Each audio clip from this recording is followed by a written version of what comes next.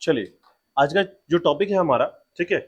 अभी तक आपने नॉर्थ इंडिया से संबंधित जितने भी डायनेस्टी थे, राजवंश थे, उनके बारे में पढ़ा, ठीक है। आज हम पढ़ने जा रहे हैं संगम काल। आपने पढ़ा, तो संगम काल के साथ जो है आज उसी के कंटिन्यू टॉपिक को कंटिन्यू करेंगे कि संगम काल के बाद जो है कौन कौन से राजवंश भारत में आए, दक्षिण क्षेत्र में आए, ठीक है। तो साउथ इंडिया के जितने भी डायनेस्टी हैं याद रखिएगा, पहले इनके बारे में समझते हैं कि ये डायनेस्टी क्या है और इनके संबंध में क्या क्या चीजें आती हैं, ठीक है। तो देखिएगा, इन सभी संबंधों में जो है सबसे इंपॉर्टेंट चीज क्या है कि भारत के आधार पर, ठीक है, ये जो भारत का क्षेत्र आपको दिख रहा है, ये भारत का क्षेत्र है आपका, ठीक है।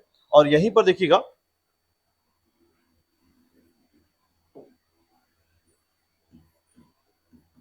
दक्षिण भारत के राजवंश, ठीक है, दक्षिण भारत के राजवंश। अब इनमें क्या होता है आप देख सकते हैं इस पे, ठीक है।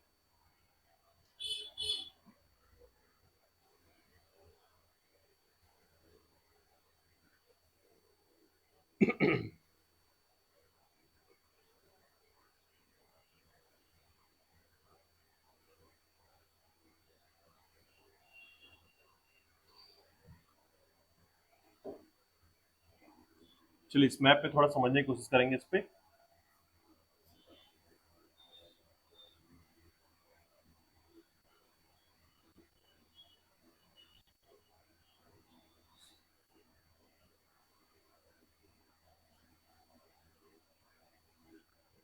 देखिएगा, तो अब भारत की स्थिति को आप ऐसा समझ सकते हैं कि जो भारत की स्थिति, मैप को भूल जाइए अभी, मतलब ये जो लाइनिंग है उसको भूल जाइए, ठीक है।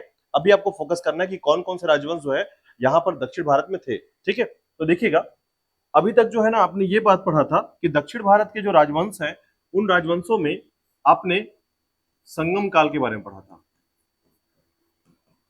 संगम काल में कौन कौन था? चेर, चोल और पांडे, ठीक है। ये तीन राजवंशों के बारे में पढ़ा आपने, राइट। अब इसके बाद देखिएगा, संगम काल के बाद जो है ना, संगम काल की व्यवस्था के साथ जैसे जैसे राजवंश आगे बढ़ते ही चले जाते हैं, अपने राज्यों का विस्तार करते हैं। तो दक्षिण भारत में याद रखिएगा कि दक्षिण भारत के राजाओं की दो सबसे महत्वपूर्ण विशेषताएं हैं, ठीक है। अपने दिमाग में पहले से ही सेट करके रखिएगा कि ये दो प्रमुख विशेषताएं कौन सी है, ठीक है।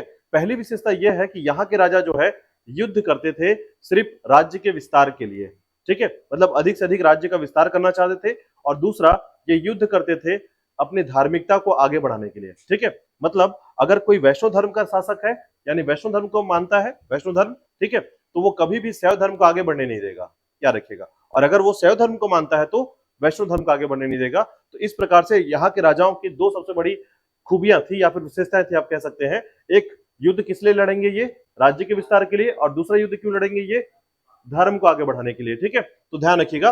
तो देखिएगा, इस राजवंशों में जो है ना, यहां पर यहां पर देखिएगा, ये जो क्षेत्र है आपका, ठीक है। तो पहले तो मैं कुछ राजाओं के बारे में बताता हूं। देखिएगा, संगम काल के बाद जो है ना, यहाँ पर एक कदम राजवंश होते हैं और इसके अलावा इक्ष्वाकु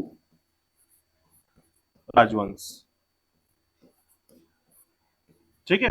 कदम राजवंश, फिर उसके बाद इक्ष्वाकु राजवंश। छोटे छोटे राजवंश याद रखिएगा, बहुत ज्यादा जानकारी इनके बारे में नहीं मिल पाती है, ठीक है। कुछ ऐसे अभिलेख प्राप्त हुए हैं जैसे जिससे जो है इन राजवंशों के बारे में जानकारी मिलती है, ठीक है। तो मैं आपको कुछ विशेष फैक्ट के साथ इनके बारे में बताऊंगा, लेकिन हम विस्तार के साथ बात करें तो विस्तार के साथ इसकी जानकारी प्रॉपर नहीं मिल पाती है, याद रखिएगा, ठीक है। तो पहला है आपका कदम राजवंश, दूसरा है इक्ष्वाकु राजवंश, ठीक है। इसके बाद आता है आपका पल्लव राजवंश, ठीक है। पल्लव के बाद याद रखिएगा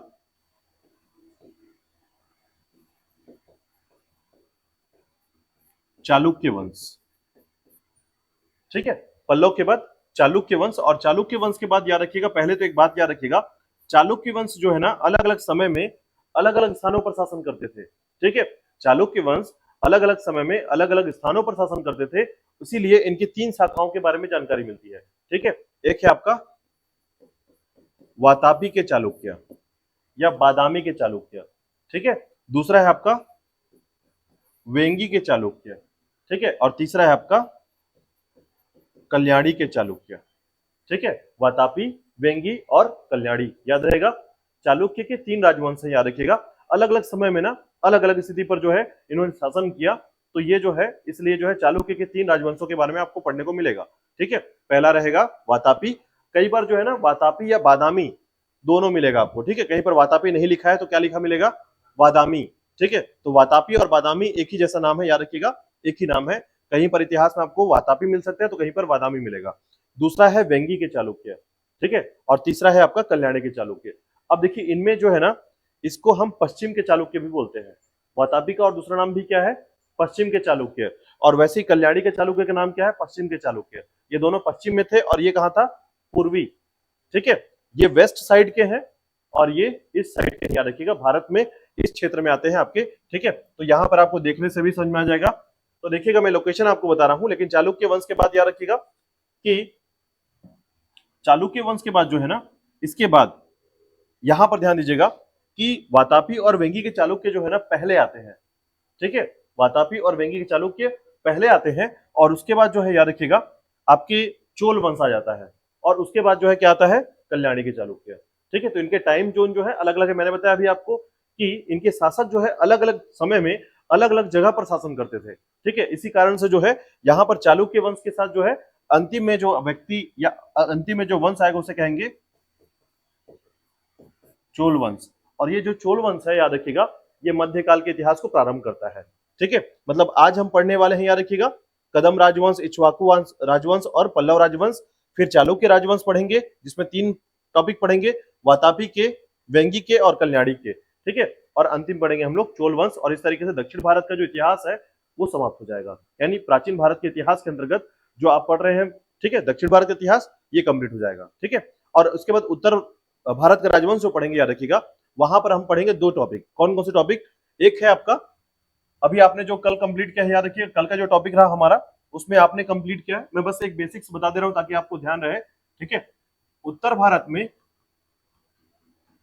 नॉर्थ इंडिया में जो है डायनेस्टी के लेवल पर आपने पढ़ा अभी पुष्यभूति वंश के बारे में, राइट। ठीक है, पुष्यभूति वंश पढ़ा आपने। ठीक है, पुष्यभूति वंश के समाप्त होने के बाद जो है कन्नौज अब खाली हुआ तो यहां पर त्रिपक्षीय संघर्ष होगा।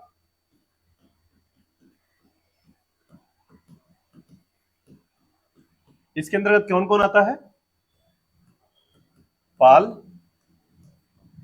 प्रतिहार और राष्ट्रकूट। ठीक है, पाल, प्रतिहार और राष्ट्रकूट आते हैं। इसी के साथ याद रखिएगा अब जब एक समय आ जाएगा कि भारत छोटे छोटे राजवंशों में बटेगा तो इसके अंतर्गत 4-5 राजवंश आ जाएंगे। ठीक है, जिसे हम कहेंगे राजपूत वंश की शुरुआत हुई। तो अब यहां पर इसके बाद क्या होगा, यहां पर राजपूतों की शुरुआत या राजपूत वंश की शुरुआत पढ़ेंगे इसी में, जिसमें चौहान वंश के बारे में पढ़ेंगे। ठीक है, गढ़ेल वंश के बारे में पढ़ेंगे। ठीक है, तो बहुत से राजस्थान के वंश के बारे में, दिल्ली के वंश के बारे में, ठीक है, ये सारे वंश आ जाएंगे। और इसके अलावा जो है जो छोटे छोटे राजवंश याद रखिएगा, जैसे कश्मीर के राजवंश, कश्मीर का राजवंश, बंगाल का राजवंश, ठीक है, बंगाल का सेन वंश, बंगाल का पाल वंश। ठीक है, तो इस तरीके से आपको छोटे छोटे राजवंश अब जो बचे हैं वो जो कि बहुत छोटे टॉपिक में आते हैं, याद रखिएगा ये सारे टॉपिक पढ़ेंगे। और यहीं पर राजपूतों से लड़ाई के बाद जो है ना मध्य भारत का इतिहास स्टार्ट हो जाएगा। ठीक है, आपको जानकारी होगा। ठीक है, पृथ्वीराज चौहान। ठीक है, तो यहां से कहानी फिर आगे हम मध्य भारत में पहुंचेंगे। ठीक है, बातें क्लियर हो गई यहां तक। तो हमारा फोकस रहेगा आज जिसमें हम कदम राजवंश, इक्ष्वाकु और पल्लव राजवंश को आज पढ़ने का प्रयास करेंगे। ठीक है, समझेंगे।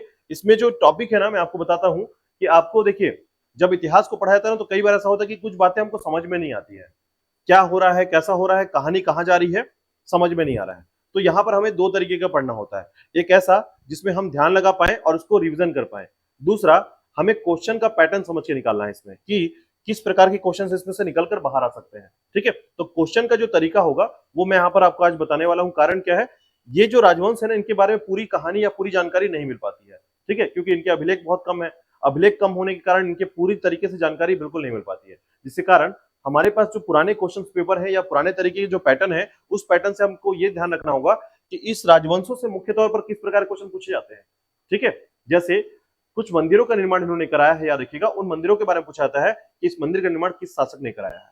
अधिकांशतः निर्माण कार्य, याद रखिएगा। तो मुख्य तौर पर जो है कदम राजवंश, इक्ष्वाकु और पल्लव राजवंश के बारे में आज पढ़ने वाले हैं। ठीक है, अब देखिए इनके लोकेशन की बात करें ना तो सामान्य तौर पर याद रखिएगा इनमें 3 का लोकेशन सबसे ज्यादा महत्वपूर्ण है। कौन कौन? पल्लव, चालुक्य और चोल वंश का। क्योंकि कदम और इक्ष्वाकु का जो राजवंश है, याद रखिएगा, जब पल्लव के बारे में पढ़ेंगे तो इक्ष्वाकु का जो क्षेत्र था उस क्षेत्र को समाप्त करके पल्लव आए थे यहाँ पर। ठीक है, तो पल्लव राजवंश याद रखिएगा, इनका जो क्षेत्र है वो ये है आपका, ये जो आंध्र प्रदेश दिख रहा है, दक्षिणी आंध्र प्रदेश और उत्तरी तमिलनाडु। कांचीपुरम का नाम सुना होगा आप लोगों ने। ठीक है, तो कांची जो क्षेत्र याद रखिएगा, आधुनिक कांची क्षेत्र, यहां पर इनकी राजधानी थी।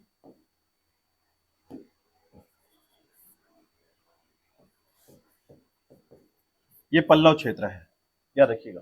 ठीक है, तो इक्ष्वाकु का पतन होने के बाद जो है पल्लव राजवंश आया था, याद रखिएगा। उसी के ऊपर जो है आपका चोल वंश आता है, जो कि आंध्र प्रदेश के क्षेत्र में आता है। और इसी के बॉर्डर के पास याद रखिएगा वेंगी के चालुक्य आते हैं। ठीक है, ये महाराष्ट्र का क्षेत्र हो गया, ये आपका कर्नाटक का क्षेत्र हो गया। कर्नाटक के पास और महाराष्ट्र के पास जो है आपको ये वातापी के चालुक्य और उसके बाद कल्याणी के चालुक्य मिलेंगे। ठीक है, इस तरीके से। इसके अलावा जो है त्रिपक्षी समझौता पढ़ेंगे आप, तो राष्ट्रकूट, पाल वंश और प्रतिहार वंश के बारे में पढ़ेंगे। इवन सोलंकी वंश के बारे में पढ़ेंगे, गुजरात के सोलंकी वंश। ठीक है, तो वो उत्तर भारत में पढ़ेंगे आप। उत्तर भारत में बहुत सारे राजपूत वंश होते हैं, याद रखिएगा, उनमें बहुत सारे राजवंश आएंगे। छोटे छोटे राजवंश है, लेकिन इनके बारे में पढ़ने के लिए बहुत सारे फैक्ट आते हैं, याद रखिएगा। ठीक है, इसके बाद जो है एक राजवंश और पल्लव, चोल, इक्ष्वाकु और कदम। ठीक है, देखिएगा, तो इनके बारे में याद रखिएगा, इनके संबंध से ही हमको आगे बढ़ना है। तो सबसे पहले हम स्टार्ट करेंगे कौन सा?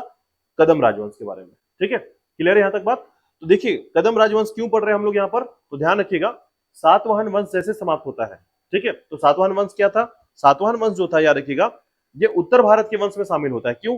क्योंकि सातवाहन जो है सुंग वंश की जगह पर, या सुंग वंश की समाप्ति के बाद जो है सातवाहन वंश आया था। क्लियर है? और सातवाहन के बाद कौन आया था? वाकाटक आया था। तो वाकाटक जो क्षेत्र था, याद रखिएगा, उसी की कहानी को आगे बढ़ते हुए जो है आपको ये कहानी को याद रखना है। ठीक है, तो संगम काल, जिसमें चेरचोल पांडे, क्योंकि चेरचोल पांडे कहां पर है? इस क्षेत्र में केवल यही लोकेशन है चेरचोल पांडे का, बहुत ज्यादा विस्तार तो नहीं था उत्तर के क्षेत्र में। इसलिए ध्यान रखिएगा कि वाकाटक के अब से देखिए, इसमें क्या होता है ना, पल्लव नाम सुन लिया आपने। ठीक है, तो पल्लव नाम जो सुना है आपने, आपको इससे पहले एक राजवंश और सुनने को मिला होगा जो पल्लव टाइप का होगा। याद है आपको ऐसा कोई राजवंश जो पल्लव टाइप का सुनने को मिला होगा? याद आ रहा है कुछ?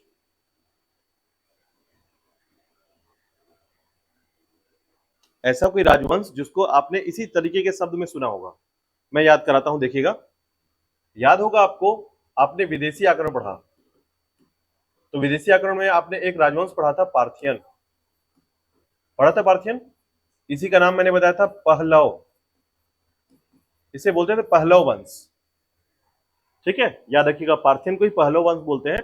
तो कई विद्वान ये मानते हैं कि ये जो पल्लव है एक्चुअल में उसी का कुछ विस्तार है। ठीक है, ऐसा कई विद्वान मानते हैं, लेकिन जो भारतीय इतिहासकार है, याद रखिएगा, वो मानते हैं कि इक्ष्वाकु राजवंश की समाप्ति के बाद जो है पल्लव राजवंश की शुरुआत हुई है। ठीक है, तमिलनाडु क्षेत्र में जितने भी मंदिरों का निर्माण हुआ है ये पल्लव काल में हुआ है, ये ध्यान रखिएगा। ठीक है, तमिलनाडु क्षेत्र में जितने बड़े बड़े मंदिरों का निर्माण हुआ है वो किसके समय हुआ है?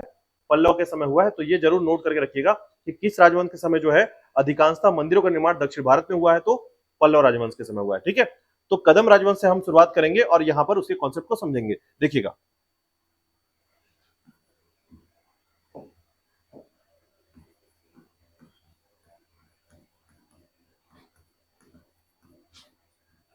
कदम राजवंश। ठीक है, तो कदम राजवंश जो है, याद रखिएगा, एक छोटा राजवंश है।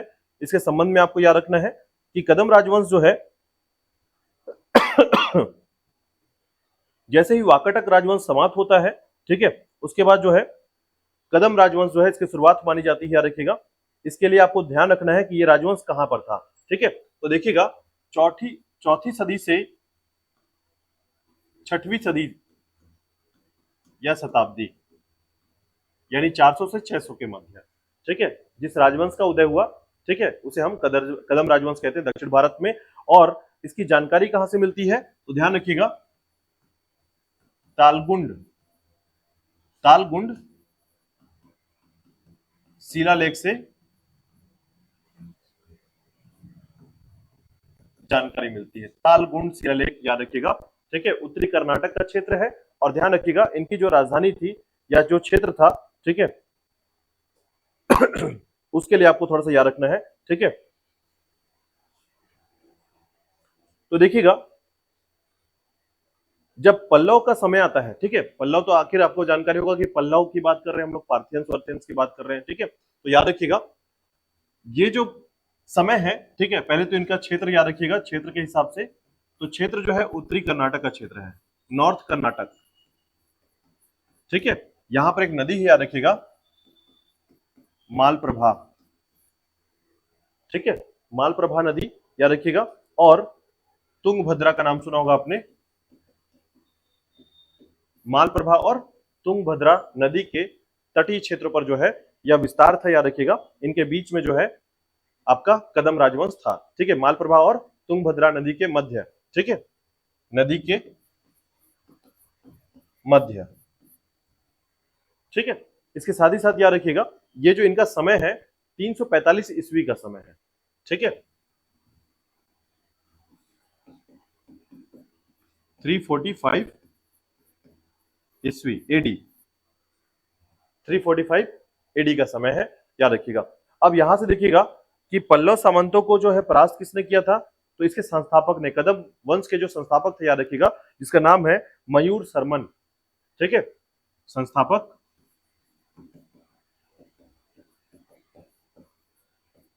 मयूर शर्मन। ठीक है, तो मयूर शर्मन जो है ये संस्थापक है, याद रखिएगा, आपके कदम राजवंश का। ठीक है, इसकी राजधानी याद रखिएगा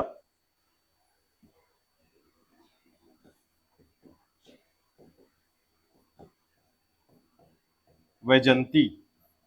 नाम सुने इससे पहले वैजंती का? वैजंती क्षेत्र कहां पर है?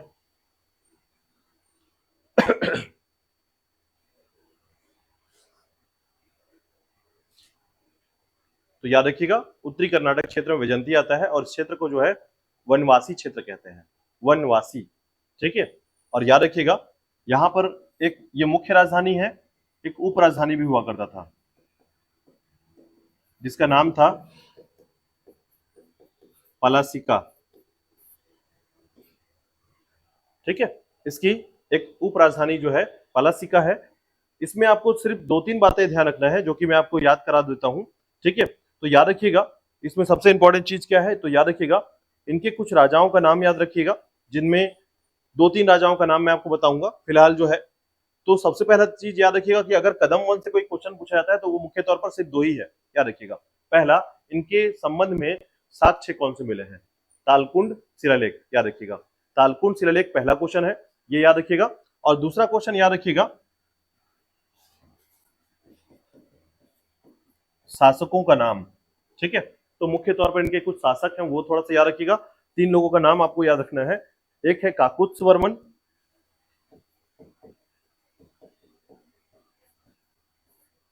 ठीक है, काकुत्स वर्मन, काकुत्स वर्मन। दूसरा याद रखिएगा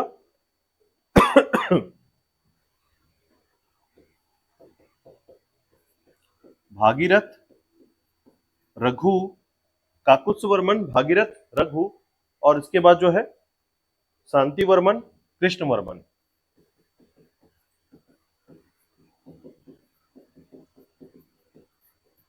ठीक है, अब इसमें दूसरे क्वेश्चन में याद रखने वाली बात क्या है, तो किसको याद रखेंगे आप, 2 राजाओं को, एक मयूर शर्मन को और दूसरा काकुत्स वर्मन को, याद रखिएगा। मयूर शर्मन कौन है, संस्थापक है।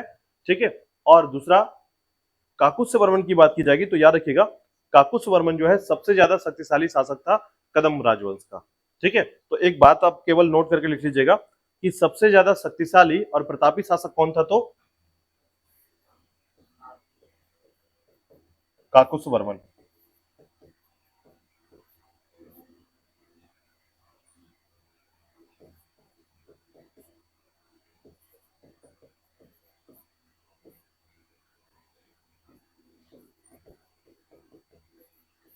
ठीक है, तो देखिए इनमें इनके बारे में सिर्फ 2 ही बातें याद रखना है आपको। पहला याद रखिएगा शिलालेख का नाम तालकुंड शिलालेख, दूसरा याद रखिएगा काकुत्स वर्मन के बारे में। और एक क्वेश्चन और इसमें आया हुआ है, याद रखिएगा, जैसे कि पूछा गया था कि मयूर शर्मन ने जो है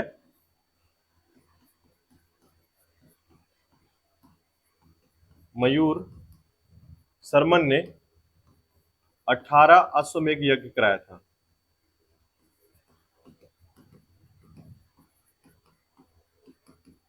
ये रेलवे के एग्जाम में पूछा गया था, क्वेश्चन था, याद रखिएगा।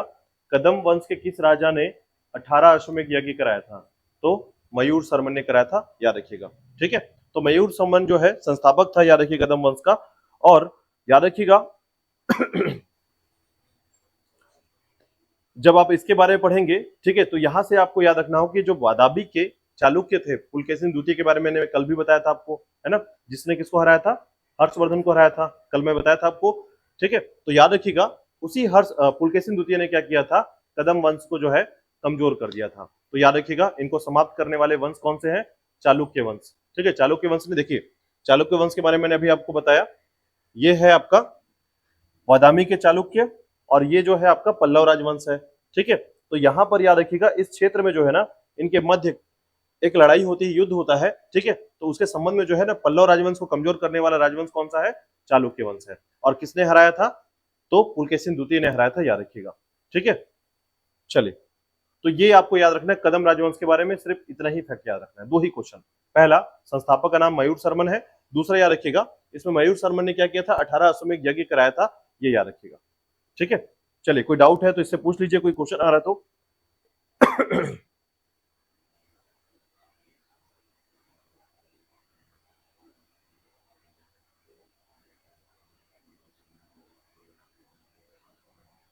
ठीक है, और एक बात जरूर ध्यान दीजिएगा कि जब आप कोई राजवंश के बारे में पढ़ते हैं तो राजवंश हमेशा मिट नहीं जाता, तो उसके कोई ना कोई वंशज बचे होते हैं और किसी और के यहाँ सामंत के तौर पर कार्य करने लग जाते हैं, मतलब उनका पावर कम हो जाता है।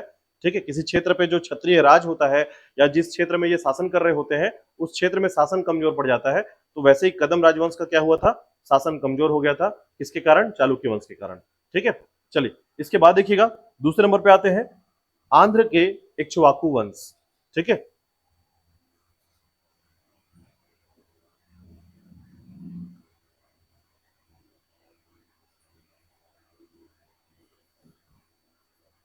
इक्ष्वाकु वंश। ठीक है, तो इक्ष्वाकु वंश जो है, याद रखिएगा, जो इक्ष्वाकु वंश है ये मुख्य तौर पर जो है गंटूर क्षेत्र में रहते थे। जैसे आंध्र प्रदेश का एक जिला है, आपको पता होगा, गंटूर जिला। ठीक है, तो याद रखिएगा इसी क्षेत्र के अंतर्गत जो है इक्ष्वाकु वंश निवास करता था, और यह जो समय है तीसरी से चौथी शताब्दी का है।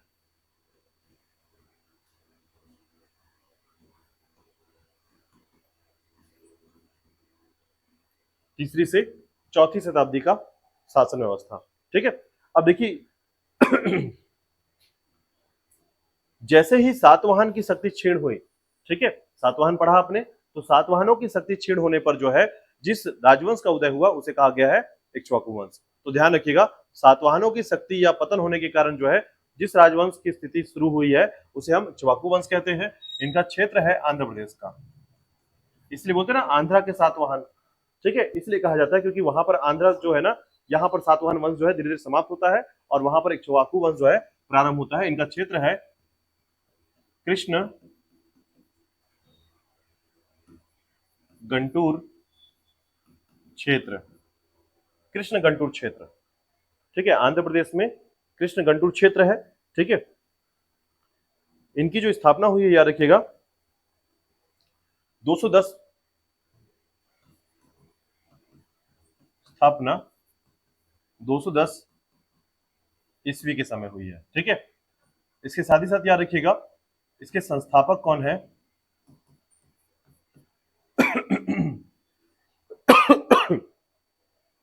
ठीक है, इनके संस्थापक का नाम याद रखिएगा चंतामूला।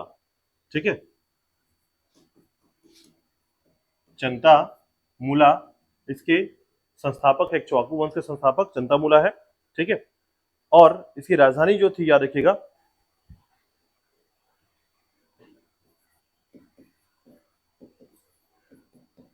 विजयपुरी। वर्तमान में ये जो विजयपुरी है, याद रखिएगा आधुनिक समय का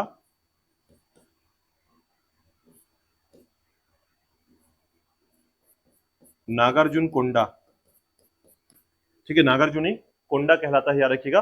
अभी का समय नागार्जुनी कोंडा कहते हैं इसे, नागार्जुनी कोंडा। ठीक है। वर्तमान का नागार्जुनी कोंडा जो आंध्र प्रदेश का क्षेत्र याद रखिएगा, वो आपका विजयपुरी उस समय में कहलाता था और उसकी राजधानी थी विजयपुरी। ठीक है। इस समय के शासक की बात करते हैं, याद रखिएगा, तो शासक के तौर पर जो है ना, इसमें 2-3 शासक जो है इंपॉर्टेंट याद रखिएगा। तो जैसे कुछ शासकों का नाम,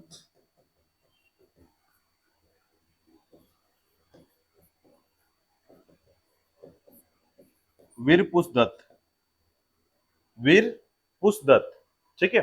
तो वीर पुष्पदत्त जो है, वीर पुरुष भी कहा गया है या वीर पुरुष दत्त कहा गया है, याद रखिएगा। उसके अलावा जो है एहूवाला चंतामूला, एहूवाला चंतामूला। इसके अलावा जो है एक नाम और याद रखिएगा, रुद्र पुरुष दत्त,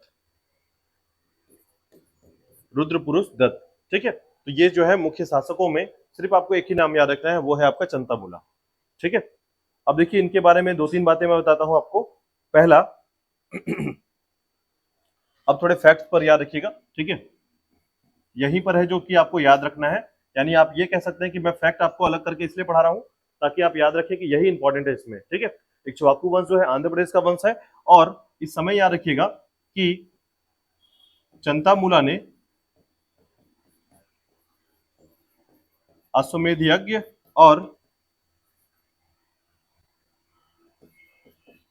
राजसु यज्ञ कराया था।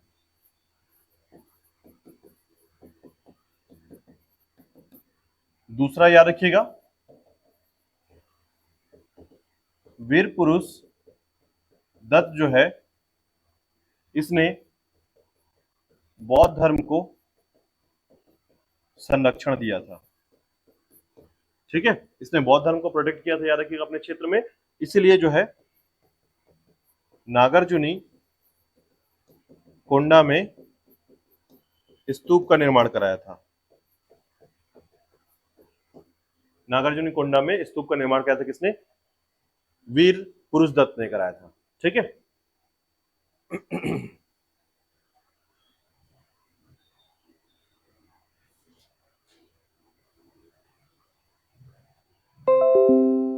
इसके अलावा याद रखिएगा रुद्र पुरुष दत्त के बारे में, ठीक है। रुद्र पुरुष दत्त जो है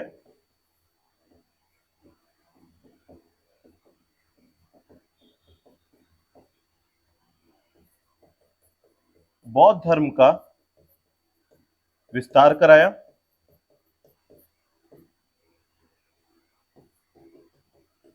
और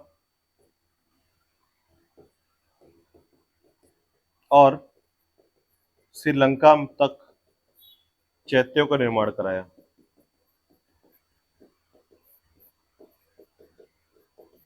श्रीलंका तक चैत्यों का निर्माण कराया, याद रखिएगा, रुद्र पुरुष दत्त ने, ठीक है। इसमें सिर्फ ऊपर के 2 लाइन याद रख लीजिएगा, चंतामूलक या चंतामूलक या मूला और वीर पुरुष दत्त के बारे में, ठीक है, ये याद रखिएगा। और उसके बाद देखिएगा कि जैसे ही आंध्र के इक्ष्वाकु वंश में थोड़ी कमजोरी आई, उसी प्रकार जो है, उसी तरीके से जो है पल्लव राजवंशों ने क्या किया, इक्ष्वाकु वंश को समाप्त कर दिया, याद रखिएगा, ठीक है। तो पल्लव के द्वारा जो है इक्ष्वाकु समाप्त हो गए थे, याद रखिएगा, ठीक है। कौन किसको मार रहा है वो भयंकर तरीके से याद रखिएगा, ठीक है। क्यों? क्योंकि सातवाहन वंश को किसने समाप्त किया? कदम ने, ठीक है। उसके बाद जो है सॉरी इक्ष्वाकु ने, ठीक है। कदम की कहानी कहाँ है? तो कदम का चालुक्य का है, याद रखिएगा, क्योंकि कदम को समाप्त करने का जो राजवंश है, याद रखिएगा, वो चालुक्य वंश है, ठीक है। और उसी प्रकार याद रखिएगा इक्ष्वाकु ने किसको समाप्त किया था? सातवाहन को। और इक्ष्वाकु कौन समाप्त करता है? पल्लव, ठीक है। तो पल्लव वंश जो है आप यहां पर ऐसे याद रख सकते हैं, कदम, इक्ष्वाकु और पल्लव। हाँ, क्षेत्र अलग अलग है, याद रखिएगा। जैसे ये कहां पर है? कर्नाटक का क्षेत्र इसके पास। ये कहां पर है? आंध्र प्रदेश का क्षेत्र इसके पास है।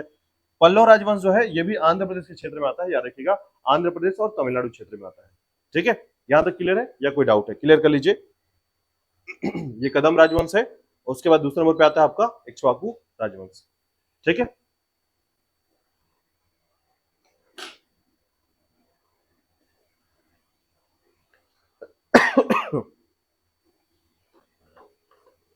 तो इक्ष्वाकु को समाप्त करना या उनके पतन का कारण मुख्य तो कौन था? पल्लव राजवंश थे। वीर पुरुष का जो टाइम था याद रखिएगा, उसने बौद्ध धर्म को संरक्षण दिया था, ठीक है, प्रोटेक्ट करना। जैसे अलग अलग टाइम के जोन में जो है, क्योंकि देखिए दक्षिण भारत के राजा जो है ना, ये सामान्य तौर पर वैष्णव धर्म को मानते थे, शैव धर्म को मानते थे, ठीक है, लेकिन उसके बावजूद जो है आपको वीर पुरुष दत्त के बारे में जानकारी मिलेगी कि इसने क्या किया था, बौद्धों का संरक्षण किया था, बौद्ध धर्म का संरक्षण किया था इसने, ठीक है।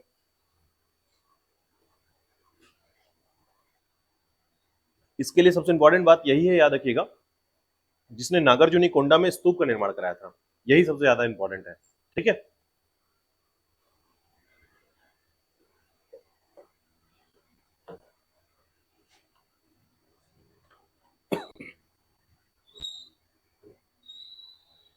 चलिए इसके बाद देखिएगा, बात करते हैं पल्लव वंश के बारे में, ठीक है।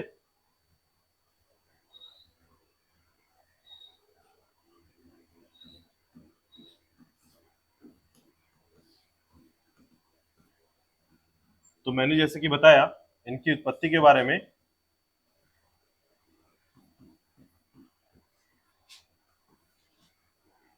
ठीक है, कि कहां से इनका ओरिजिन हुआ है या ओरिजिन के संबंध में क्या क्या जानकारी मिलती है पल्लव राजवंश के बारे में। तो दो बातें याद रखिएगा कि कुछ इतिहासकारों का मानना है कि पल्लव राजवंश जो है, ठीक है, पार्थियन के ही क्या है, वंशज है, जो उनसे ये इतिहास को जोड़ता है, ठीक है। तो कुछ इतिहासकारों का मानना है कि पल्लव या पार्थियंस के द्वारा ही पल्लव राजवंश या पल्लव दक्षिण के पल्लव वंश का विकास हुआ है, ठीक है। लेकिन भारतीय इतिहासकारों का मानना है, याद रखिएगा, कि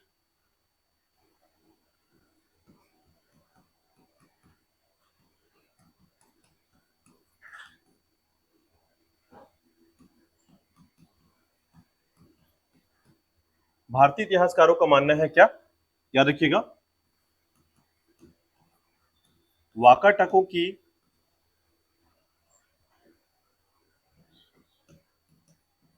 समाप्ति के बाद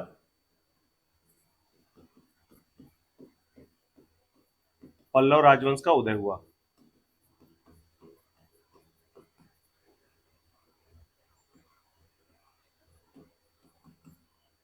ठीक है। वाकाटकों की समाप्ति के बाद पल्लव राजवंश का उदय माना जाता है, याद रखिएगा। इनकी राजधानी क्या थी, तो याद रखिएगा इनकी राजधानी जो है कांचीपुरम,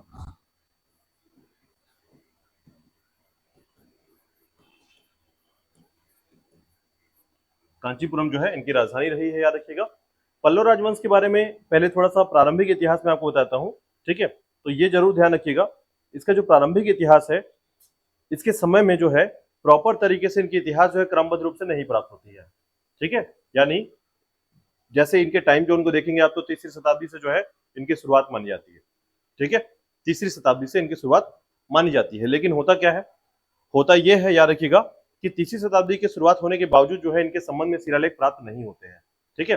यानी आप ऐसा कह सकते हैं कि पल्लव राजवंश के जो इतिहास है या इसकी प्रारंभिक जानकारी है, उसमें क्रमबद्ध तरीके से जो है सबूत या साक्ष्य नहीं मिलते हैं, ठीक है। तो ये जरूर ध्यान रखिएगा।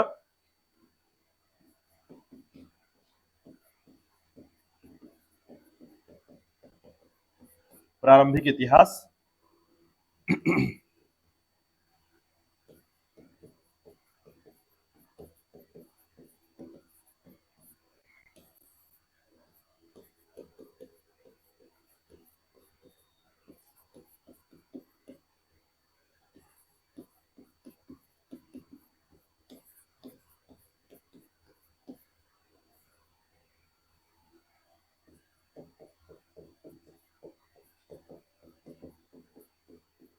याद रखिएगा, ये तीसरी शताब्दी से 9वीं शताब्दी तक इनका समय रहा है, तीसरी से 9वीं शताब्दी, ठीक है। तो इनके संबंध में जो है, याद रखिएगा, ऐसे जानकारी नहीं मिलते हैं, ठीक है। लेकिन इनकी जो पहली अभिलेख की जानकारी मिलती है, याद रखिएगा, वो तीसरी शताब्दी से प्राप्त होती है। अभिलेख नाम है गंटूर अभिलेख। कब कब मिला है,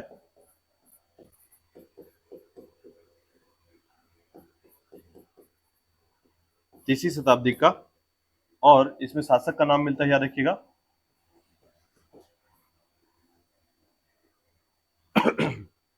इसमें जो शासक का नाम मिला है, याद रखिएगा, सिंह विष्णु, ठीक है,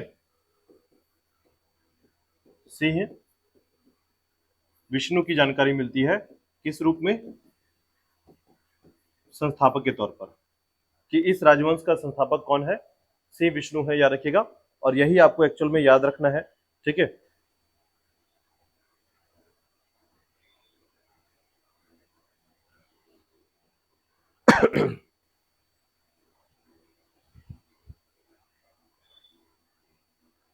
ठीक है, लेकिन हाँ, अगर आप अपना दिमाग लगाएंगे तो आपको एक बात पता चलेगा कि इसमें दिमाग लगाने पर क्या होता है।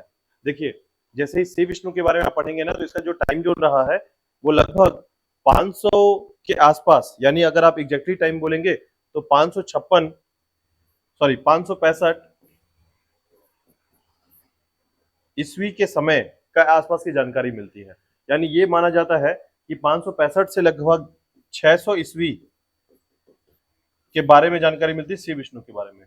तो आप इसको संस्थापक कैसे बोल सकते हैं, तीसरी शताब्दी से स्टार्ट हुआ है, अभिलेख मिला है तीसरी शताब्दी का, ठीक है। यही अंतर होता है, याद रखिएगा, इतिहास में क्योंकि क्रमबद्ध रूप से जानकारी नहीं मिलती है, इसलिए प्रॉब्लम आती है, याद रखिएगा, ठीक है। तो याद रखिएगा, श्री विष्णु जो है पल्लव राजवंश का संस्थापक माना गया है, किस बेस पर, संस्था जो इतिहास की क्रमबद्ध जो जानकारी है उसके अभाव के कारण, ठीक है। तो प्रॉपर तरीके से जो शिलालेख है वो नहीं मिले हैं, अभिलेख प्राप्त नहीं हुए हैं, जिसके कारण हम यह मानते हैं, केवल इतिहासकार मानते हैं ये, कि श्री विष्णु ही क्या रहा होगा, संस्थापक रहा होगा।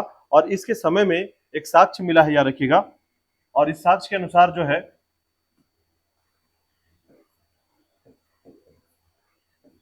श्री विष्णु संपूर्ण चोलामंडलम क्षेत्र का शासक था, ठीक है। श्री विष्णु संपूर्ण चोलामंडलम, चोलामंडलम याद होगा आपको, मैंने बताया था, ठीक है। तो चोलामंडलम क्षेत्र का शासक था ये।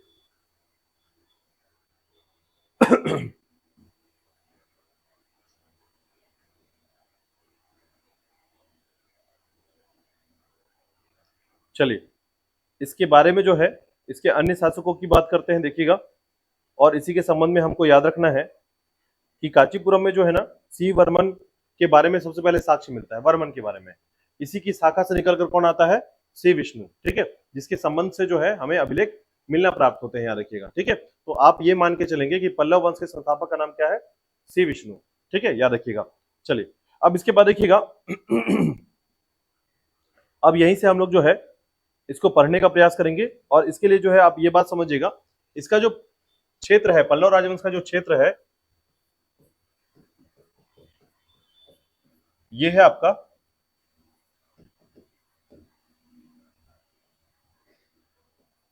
आंध्र क्षेत्र और उत्तरी तमिलनाडु क्षेत्र, ठीक है। आंध्र प्रदेश का दक्षिणी क्षेत्र लगभग, और आपका तमिलनाडु का उत्तर क्षेत्र जो है, ये मिलकर जो है आपका पल्लव राजवंश का क्षेत्र था, याद रखिएगा। चलिए आगे देखिएगा, इसके आगे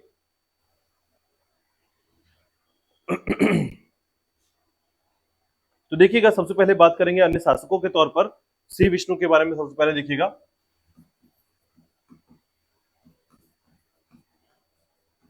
इससे संबंधित सिर्फ दो ही क्वेश्चन पूछे जाते हैं, याद रखिएगा।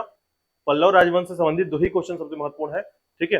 पहला नाम याद रखिएगा श्री विष्णु का, और दूसरा नाम याद रखिएगा महेंद्र वर्मन का, ठीक है। ये दो राजाओं के बारे में पढ़ लिया, पल्लव राजवंश जो है पूरी तरीके से समाप्त हो जाता है, याद रखिएगा, ठीक है। तो सबसे पहले देखिएगा, बात करते हैं श्री विष्णु के बारे में। तो श्री विष्णु जो इसके संबंध में दो बातें जो जानकारी मिलती है, याद रखिएगा। पहला, कि पल्लव राजवंश के समय जो है इसने पहला काम किया था, याद रखिएगा, मामल्लपुरम में वराह मंदिर का निर्माण कराया।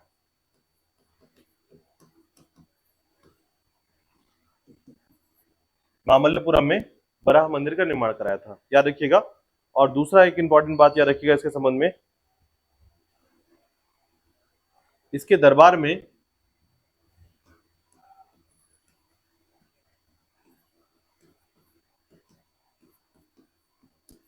कवि भारवी रहता था। ये इंपॉर्टेंट है, याद रखिएगा।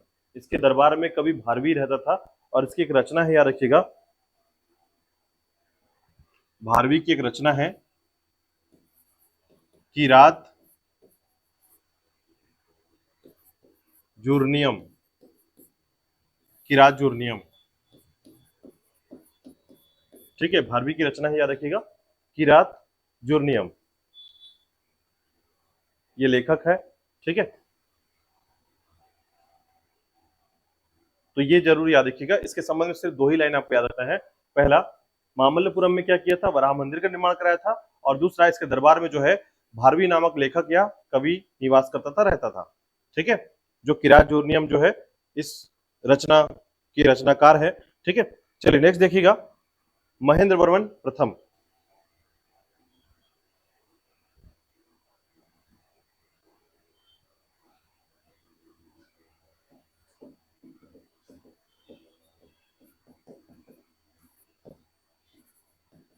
इसके शासन काल में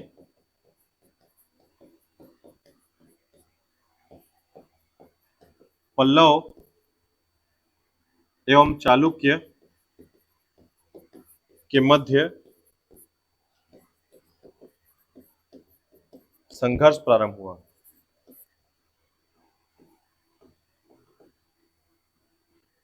ठीक है, तो ये याद रखिएगा कि इसके शासनकाल में जो है महेंद्र वर्मन के शासनकाल में पल्लव और चालुक्य के मध्य क्या हुआ था, एक संघर्ष प्रारंभ हुआ। और महेंद्र वर्मन को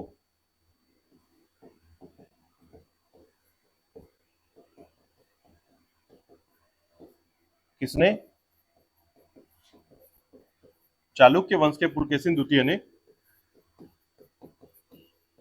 पराजित किया था। ठीक है, तो ये दो बातें याद रखिएगा महेंद्र वर्मन के लिए। पहला, संघर्ष का प्रारंभ होना, और दूसरा याद रखिएगा चालुक्य शासक जो है पुलकेशिन द्वितीय से पराजित हुआ था। ये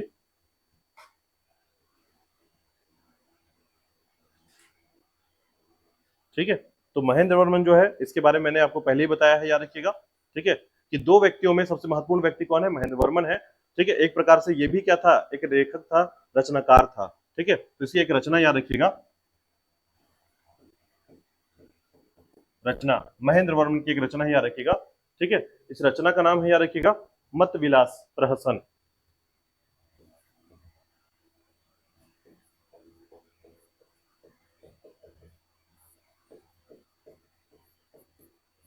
यह एक प्रकार का हास्य ग्रंथ है। ठीक है, यह एक प्रकार का हास्य ग्रंथ है। ठीक है, तो महेंद्र वर्मन का नाम याद रखिएगा। अधिकांशतः मैं आपको एक बात और बताना चाहूंगा कि पल्लव राजवंश के जो संबंध है ना, उसमें जितने भी राजा आप देख रहे हैं, सभी के नाम के आगे ना आपको वर्मन नाम मिलेगा। ठीक है, तो यह जो है कई बार इसके ग्रंथों में या इसके संबंधित जो शिलालेख हैं या फिर अभिलेख हैं, उसके संबंध में यह बात कही जाती है कि पल्लव शासकों के नाम के आगे जो है वर्मन एक सामान्य बात थी। ठीक है, तो वर्मन नाम आपको बहुत ज्यादा मिलेगा इसमें, याद रखिएगा। चलिए, तो मत विलास नाम याद रखिएगा। ठीक है,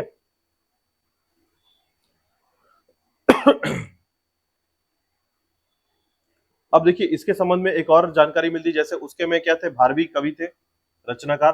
ठीक है, उसी प्रकार याद रखिएगा ये एक संगीतज्ञ से जो है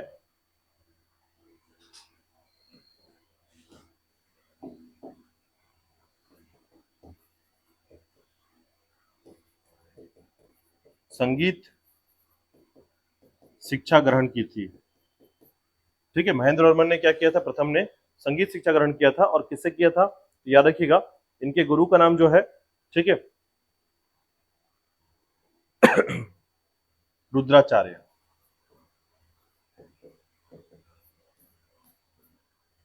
रुद्राचार्य से संगीत की शिक्षा ग्रहण की थी इसने।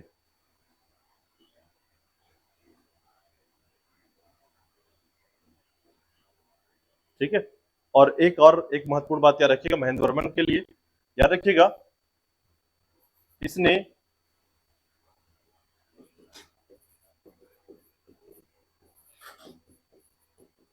शैव धर्म के प्रभाव में आकर जैन धर्म का त्याग किया था। ठीक है, शैव धर्म के प्रभाव में आकर जैन धर्म का त्याग कर दिया था, याद रखिएगा महेंद्र वर्मन ने।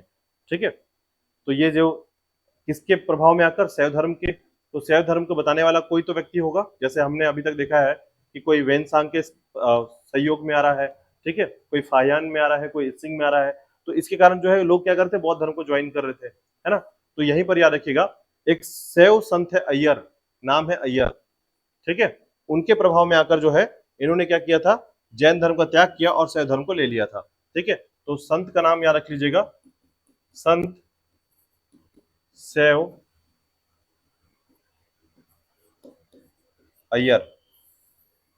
इसी के प्रभाव में आकर जो है महेंद्र वर्मन ने जैन धर्म का त्याग किया और शैव धर्म को अपना लिया था।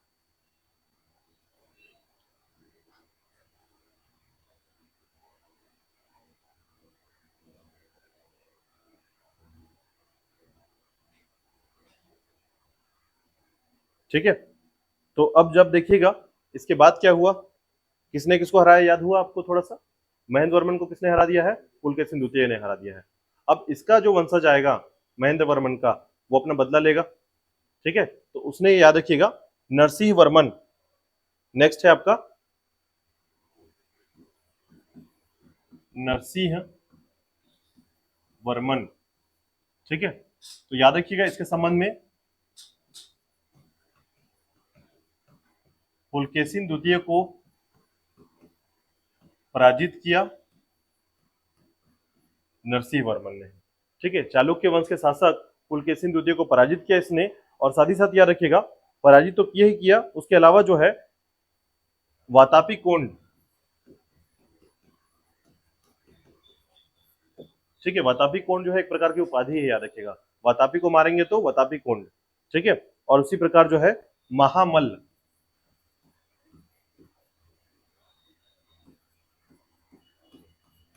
की उपाधि धारण की थी। ठीक है, तो याद रखिएगा वातापी कोंड, महामल्ल और की उपाधि धारण की थी किसने, नरसिंह वर्मन ने। और इसको आईएमपी कर लीजिएगा और याद रखिएगा इसको।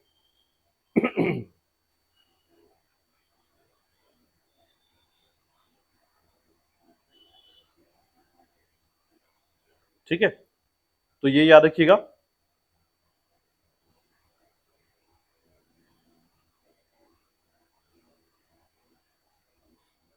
ठीक है, सबसे इंपॉर्टेंट याद रखिएगा, अगर मैंने 3-4 क्वेश्चन आपको बताया होगा तो याद रखिएगा तीसरा चौथा क्वेश्चन इसी से संबंधित होता है, और ये नरसिंह वर्मन प्रथम है, याद रखिएगा। ठीक है, अब देखिएगा जितने भी रथ मंदिर है, रथ मंदिर समझ पा रहे हैं आप लोग। अगर उड़ीसा का कोणार्क मंदिर अगर आप गए होंगे तो आपको देखने को मिला होगा कि मंदिर जो है ना पूरी तरीके से रथ रथ आकृति में है। ठीक है, तो याद रखिएगा नरसिंह वर्मन के समय ही रथ आकृति वाले मंदिरों का निर्माण प्रारंभ हुआ था।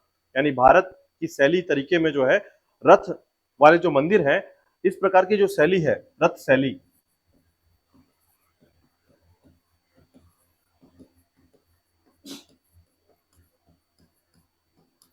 ठीक है, रथ शैली की मंदिरों का निर्माण जो है नरसिंह वर्मन प्रथम के समय में प्रारंभ हुआ था, याद रखिएगा। ठीक है, इसी के काल में प्रारंभ हुआ। ठीक है, और एक सबसे और इंपॉर्टेंट बात याद रखिएगा, महाबलीपुरम। तो देखिएगा महाबलीपुरम में जो है ना एकाश्म मंदिर का निर्माण किया गया था, एकाश्म मंदिर का निर्माण। मैं चाहूंगा आप इससे जरूर पढ़ें इसके बारे में, एकाश्म मंदिर के बारे में। ठीक है, क्या खासियत है इस मंदिर की, आपको जानकारी है इस मंदिर की, एकाश्म मंदिर महाबलीपुरम में जो है, महाबलीपुरम जो है ना इस राज्य का, ये जो इनका राज्य है कांचीपुरम वाला जो क्षेत्र है, यहीं पर का एक बंदरगाह था जिसका नाम था महाबलीपुरम। ठीक है, महाबलीपुरम एक बंदरगाह है, याद रखिएगा, और यहीं पर जो है एकाश्म मंदिर का निर्माण कराया गया है। तो नरसिंह वर्मन के समय यह निर्माण हुआ है। फायदा क्या या क्या खासियत है, तो याद रखिएगा एक बड़े चट्टान को काट करके एक ही चट्टान से ये पूरे मंदिर का निर्माण हुआ है। मतलब इसमें कई ज्वाइंट नहीं है, मंदिर ज्वाइंट होता है, पहले आप आधार बनाते हैं फिर पिलर्स खड़ा करते हैं, लेकिन एक पूरे मतलब आप ऐसा कह सकते हैं कि मंदिर के आधार बनाने से पहले इसका छत पहले बना हुआ था, काटते गए नीचे चलता गया ऐसा। ठीक है, तो इस तरीके से जो है याद रखिएगा, इसीलिए इसको एकाश्म कहते हैं, एक पत्थर से बना हुआ मंदिर। ठीक है, तो ये ध्यान रखिएगा, इसको आईएमपी रखिएगा आप। टॉपिक को महाबलीपुरम में एकाश मंदिर का निर्माण कराया गया था। ठीक है, चलिए इसके बाद देखिएगा नरसिंह वर्मन द्वितीय के बारे में।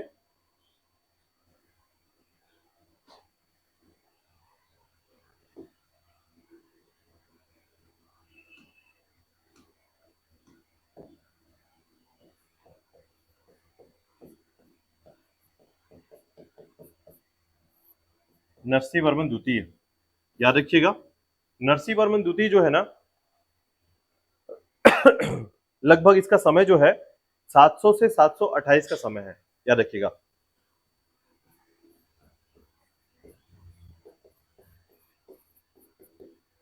सात सौ से 728 का समय है इसका। ठीक है, तो याद रखिएगा इसने क्या किया था, द्वितीय ने क्या किया था, इन्होंने भी 2-3 मंदिरों का निर्माण कराया था, याद रखिएगा। तो मंदिरों मैंने जैसे बताया कि पल्लव राजवंश के समय क्या हुआ था, तो तमिलनाडु में जितने भी अधिकांश मंदिर बने हैं वो किस समय बने हैं, पल्लव राजवंश के समय। तो ये फैक्ट जरूर याद रखिएगा। ठीक है, कि दक्षिण भारत में तमिलनाडु में जितने भी अधिकांशता मंदिर जो बने हैं वो पल्लव राजवंश के समय ही बने हैं। ठीक है, ये याद रखिएगा क्योंकि ये मिसलेनियस टाइप क्वेश्चन है एक तरीके का। ठीक है, तो आंसर में सही जगह पर टिक कर दिया तो 1 नंबर फ्री के हैं ये। ठीक है, चलिए तो देखिएगा नरसिंह वर्मन द्वितीय के समय जो है ना कांची में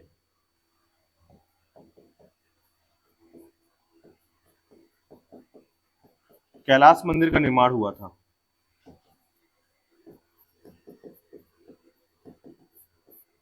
कैलाश मंदिर का निर्माण कराया और महाबलीपुरम में जो है सौर मंदिर का निर्माण कराया।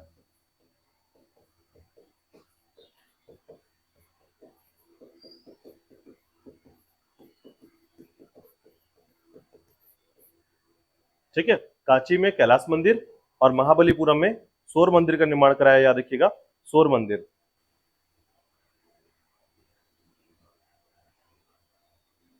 ठीक है, इसके अलावा याद रखिएगा संस्कृत के प्रख्यात लेखक, संस्कृत के प्रख्यात लेखक, ठीक है, संस्कृत के विद्वान या लेखक, याद रखिएगा दंडिन, इनका नाम सुना होगा आपने, दंडिन इसके राज्यसभा में रहते थे। ठीक है, इसके राज्यसभा में रहते थे। साथ ही साथ याद रखिएगा एक फैक्ट और याद रखना है आपको इनके लिए। ठीक है, नरसिंह वर्मन के लिए याद रखिएगा कि नरसिंह वर्मन के समय जो है ना चीनी बौद्ध यात्रियों के लिए जो है नागपट्टनम में, ठीक है, एक विहार का निर्माण कराया गया था। चीनी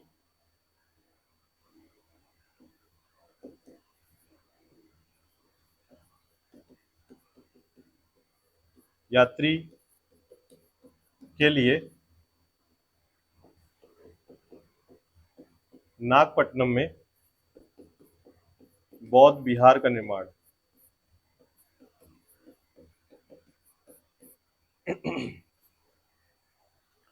ठीक है, तो ये 4 चीजें याद रखिएगा नरसिंह वर्मन के समय में।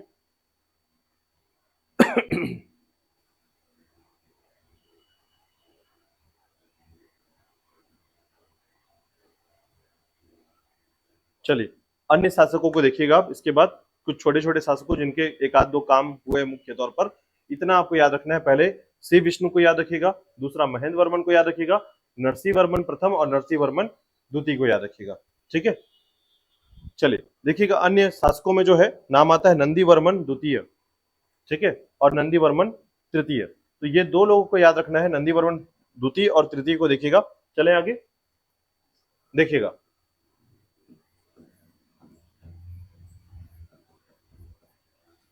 पहले बात करते हैं नंदी वर्मन द्वितीय की। ठीक है, इसके आधार पर याद रखिएगा नंदी वर्मन द्वितीय जो है ना तो होता क्या है, याद रखिएगा इसने क्या किया था, तो इसके जो पूर्वज थे, ठीक है, इसके पिता नहीं, ध्यान रखिएगा इसका कोई पिता नहीं है। ठीक है, इसका जो पिता थे ये मतलब पल्लव वंश से संबंधित नहीं है, याद रखिएगा। तो परमेश्वर वर्मन एक शासक रहा करते थे, किसमें, आपके पल्लव वंश के। ठीक है, तो पल्लव वंश में परमेश्वर वर्मन एक शासक था जिसका कोई पुत्र नहीं था। ठीक है, तो पुत्र के नहीं होने के कारण जो है, याद रखिएगा जो कांची के लोग जो है ना, कई बार जो है कांची के लोगों में जो है यह बात चल रही थी कि अगर शासक नहीं होता है तो पल्लव वंश समाप्त हो जाएगा। ऐसे में जो है परमेश्वर वर्मन ने क्या किया था, नंदी वर्मन को शासक बना दिया था। ठीक है, तो नंदी वर्मन को एक छोटे बच्चे जैसे जो है चुनकर और उसके बाद उसे जो है राजा बनाया था, याद रखिएगा। ठीक है, तो कांची के राजा के तौर पर जो है या राजकुमार के तौर पर नंदी वर्मन द्वितीय का नाम आता है, ध्यान रखिएगा। लेकिन किसने बनाया था? परमेश्वर वर्मन ने बनाया था। ठीक है, तो याद रखिएगा।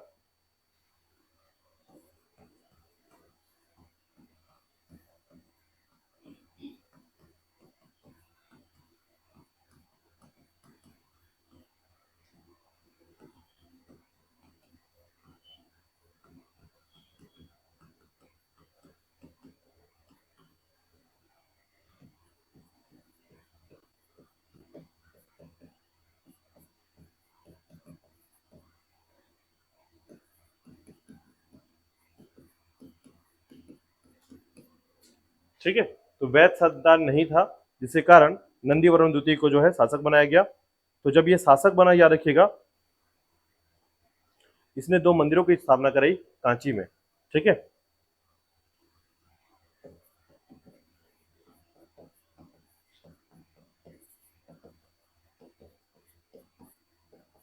पहला तो 2 मंदिरों में जो है पहला मंदिर जो था, याद रखिएगा, जिसका नाम था मुक्तेश्वर मंदिर।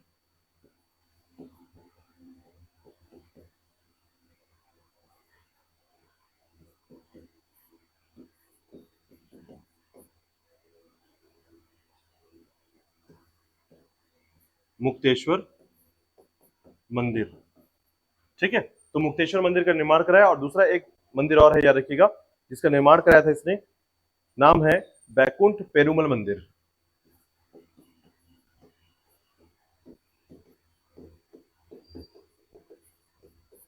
बैकुंठ पेरुमल मंदिर, याद रखिएगा। तो इसके मुख्य कार्य याद रख लीजिएगा। ठीक है, अब देखिएगा नंदी वर्मन तृतीय आता है, याद रखिएगा।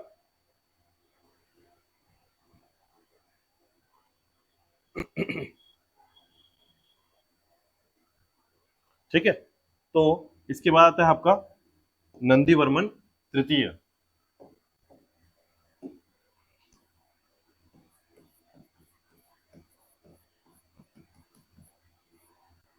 तो याद रखिएगा नंदी वर्मन तृतीय जो है अंतिम प्रमुख शासक है ये। ठीक है, इसके बाद जो है अब पल्लव वंश जो है धीरे धीरे समाप्ति के कगार पर आ गया था, याद रखिएगा, इसी के बाद से। ठीक है, तो याद रखिएगा, इसके नंदी वर्मन तृतीय के समय जो है ना, इसके राज्यसभा में, याद रखिएगा, तमिल भाषा का महत्वपूर्ण कवि, ठीक है, तमिल भाषा का महत्वपूर्ण कवि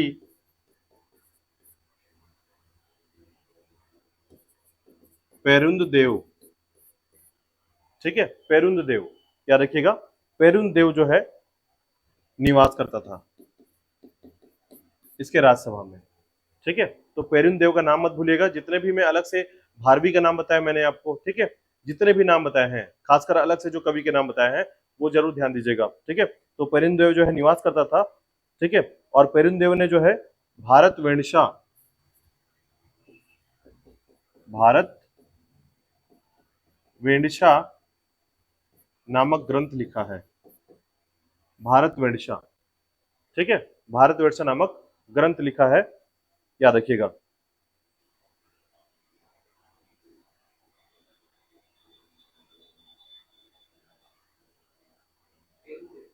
हाँ हाँ, पेरुदेव, हाँ पेरुदेव कहते हैं।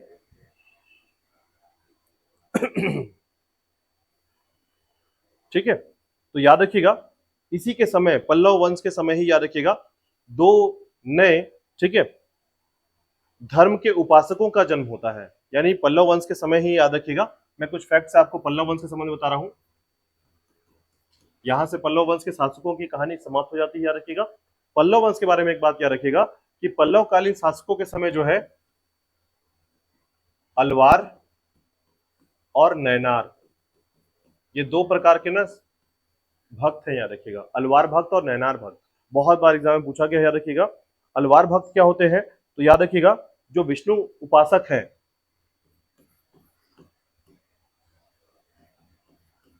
विष्णु उपासक को क्या बोलेंगे?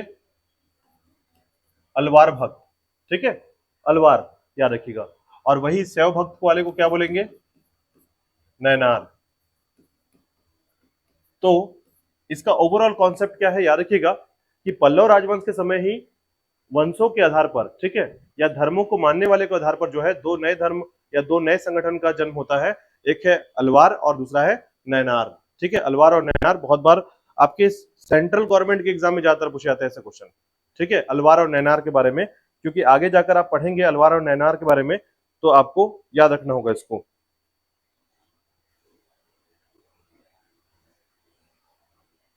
ठीक है, और इसके बाद याद रखिएगा, इसको आपको समझना है तो एक बात और याद रखिएगा, जैसे देखिएगा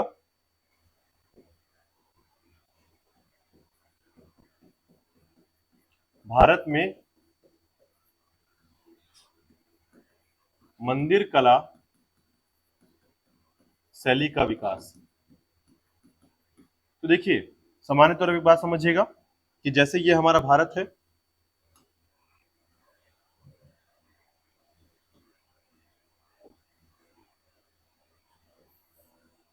ठीक है, ये दिख पा रहा है।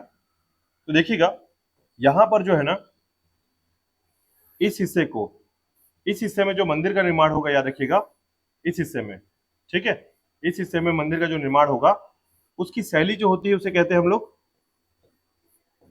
द्रविड़ शैली। ठीक है, द्रविड़ शैली की खास बात क्या होती है, आपको जानकारी है? द्रविड़ शैली कोई बात नहीं, जानकारी नहीं है तो डिस्कस करेंगे इसके बारे में। इसी प्रकार ध्यान रखिएगा कि यहां से लेकर यहां तक की जो शैली होगी इसको बोलेंगे उत्तर भारत का क्षेत्र, नॉर्थ इंडिया। यहां पर होता है आपका नागर शैली। बीच का जो हिस्सा होता है याद रखिएगा इसे कहते हैं बेसर शैली। तो मंदिरों के निर्माण में जो है तीन प्रकार की शैली मुख्य तौर पर चलते हैं। इसके अलावा भी शैली है, जैसे होयसल शैली हो गया, ठीक है, बहुत सारी शैलियां हैं, लेकिन ध्यान रखिएगा कि द्रविड़ शैली का विकास पल्लव शासन काल में हुआ है। ठीक है, अब द्रविड़ की कुछ खास बातें समझिएगा। जो द्रविड़ मंदिर होता है ना, द्रविड़ काल के जो मंदिर होते हैं या द्रविड़ दक्षिण की जो मंदिरें होती हैं उनके बारे में तो आपको जानकारी है। ठीक है,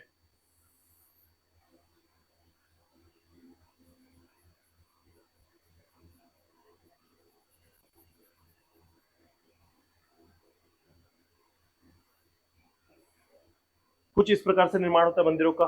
ठीक है, जिसमें क्या नहीं होता है, याद रखिएगा शीर्ष की जगह पर ये जो दिख रहा है आपको ऐसा, यहां पर प्रॉपर तरीके से शीर्ष नहीं होते। ठीक है, शीर्ष यहां नहीं होते, आमलक नहीं होते। ठीक है, तो ध्यान रखिएगा यहां पर शीर्ष नहीं होता है, ये ध्यान रखिएगा। ठीक है, दूसरा, इनमें जो है ना प्रवेश द्वार,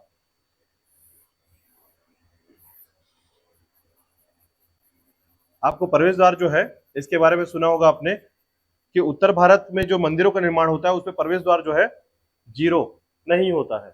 ठीक है, आपने देखा है मंदिर जाएंगे आप तो प्रवेश द्वार प्रॉपर तरीके का नहीं मिलेगा। लेकिन आप सोचिए दक्षिण भारत का मंदिर जाइएगा तो दक्षिण भारत के मंदिर में जाएंगे ना तो पहले ही भगवान के दर्शन हो जाएंगे बाहर में ही, सारे भगवान ही दरबारे में बैठे रहेंगे। देखा है आप लोगों ने?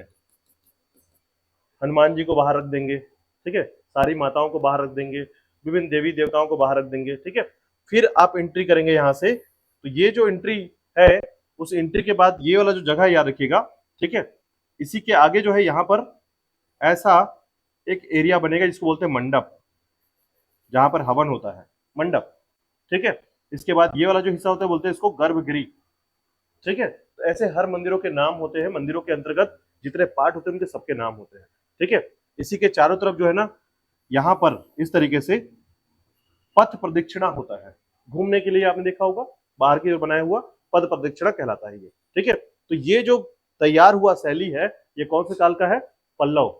याद रखिएगा पल्लव के समय जो है द्रविड़ शैली का विकास हुआ था, ये याद रखिएगा। ठीक है, पल्लवों के समय द्रविड़ शैली का विकास होना यही महत्वपूर्ण है।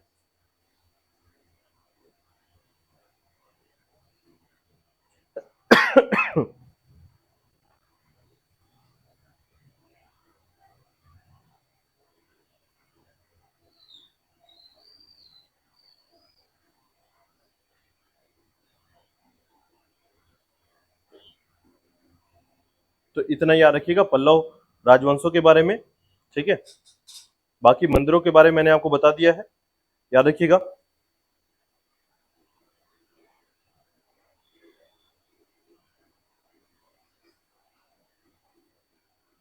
और एक बात और, रथ मंदिर के बारे में प्रॉपर याद रखिएगा। कि रथ मंदिरों की शुरुआत कब हुई है? पल्लव के समय में हुई है। ठीक है, रथ मंदिर इस समय जो है याद रखिएगा। एक बहुत अच्छा उदाहरण मैं आपको बता रहा हूँ, जैसे द्रौपदी रथ, नकुल रथ, सहदेव रथ, अर्जुन रथ, भीम रथ, गणेश रथ, पिंडारी रथ जो है, ये सभी प्रकार के रथ मंदिर का निर्माण है। ठीक है, रथ मंदिर जो है इस प्रकार से ये निर्मित हुए थे, याद रखिएगा, इनके शासनकाल में। ठीक है, तो ये था आपका पल्लव राजवंश। कल हम पढ़ेंगे, कल का जो टॉपिक रहेगा वो रहेगा आपका चालुक्य वंश। ठीक है, तो चालुक्य वंश के साथ जो है कल का जो टॉपिक, जैसे ही आप चालुक्य वंश कंप्लीट करेंगे देन प्राचीन भारत का इतिहास कंप्लीट हो जाएगा। ठीक है, उसके बाद फिर हम स्टार्ट करेंगे उत्तर भारत से, और दक्षिण भारत का एक टॉपिक और बचेगा, चोल वंश, जो कि मध्यकाल की शुरुआत का समय माना जाता है उससे। ठीक है, तो चोल वंश जैसे ही खत्म होगा आप दक्षिण भारत से फ्री हो जाएंगे, याद रखिएगा। और उसी प्रकार उत्तर भारत में क्या है, राजपूत वंश के लिए। ठीक है, तो इसमें जो है मैंने आपको बताया, इन राजवंशों में जो है आपने पुष्यभूति वंश पढ़ लिया है। ठीक है, और यहां पर जो है हम त्रिपक्षीय संघर्ष पढ़ेंगे। तो यहां पर भी क्या होता है, ये मध्यकाल का पूर्व भाग है। ठीक है, यानी इसे कहेंगे हम लोग पूर्व मध्यकाल। ठीक है, तो प्री मिडवल हिस्ट्री जो है यहां से शुरू हो जाता है, याद रखिएगा, प्री मिडवल हिस्ट्री। तो जो कल का जो टॉपिक रहेगा चालुक्य वंश, इसके बारे में पढ़ेंगे हम लोग, जिसमें 3 चीजों को पढ़ेंगे। ठीक है, और उसके बाद जो है फिर आप आगे टॉपिक को कवर करेंगे। ठीक है, हाँ, इसमें जो है राष्ट्रकूट वंश जो है, याद रखिएगा, प्रतिहार वंश और पाल वंश जो है ये प्री मिडल हिस्ट्री का पार्ट है। ठीक है, तो यहाँ पर हम उसको पहले पढ़ने वाले हैं। ठीक है, तो ये जो है उसके बाद फिर आपका राजपूत वंश आ जाएगा। तो राजपूत वंश में जो है आपकी काफी ज्यादा लड़ाइयां, युद्ध के बारे में जानकारी मिलेगी। देखिए, राजपूतों की जो है ना अलग ही कहानी है, जो थोड़ा सा आपको समझाएगा कि भारत जो है ना विदेशी आक्रमणकारियों के सामने कैसे झुका, या फिर क्या स्थिति बनी कि विदेशी आक्रमणकारी जो लोग हैं ये भारत में अस्तित्व बना लिए। ठीक है, इसका मुख्य कारण है राजपूतों का ईगो, सबसे मुख्य कारण है। ठीक है, एक राजपुत्र जो है दूसरे राजपूत से ठीक से बात नहीं करता था। ठीक है, ये अपने आप में जो है गतिविधियों को जो है अपने आप में तक सीमित रखते थे। स्थिति ये बन गई थी कि एक राजपूत जो है अपनी पुत्री का विवाह दूसरे राजपूत के साथ नहीं कराना चाहता था। इसी कारण से आपको कहानी के बारे में, बहुत सारी चीजों के बारे में पता चलेगा कि राजपूतों की कहानी ऐसी स्थिति में आ चुकी थी कि जब विदेशी आक्रमण हुआ, जब बाहर से लोगों का आक्रमण हुआ, तो एक राजपूत जो है दूसरे राजपूत की सहायता ही नहीं किया। और उसके बाद जो है आप देख ही सकते हैं कि मध्यकाल का इतिहास प्रारंभ हो जाता है। ठीक है, इसका मुख्य कारण यही है। तो हम डिस्कस करेंगे कल के टॉपिक पर। ठीक है, पहले हम चालुक्य वंश पढ़ेंगे, जिसमें आपका वातापी के चालुक्य, वेंगी के चालुक्य और कल्याणी के चालुक्य आएंगे। ठीक है, चलिए, कोई क्वेश्चन है तो पूछ सकते हैं इसमें।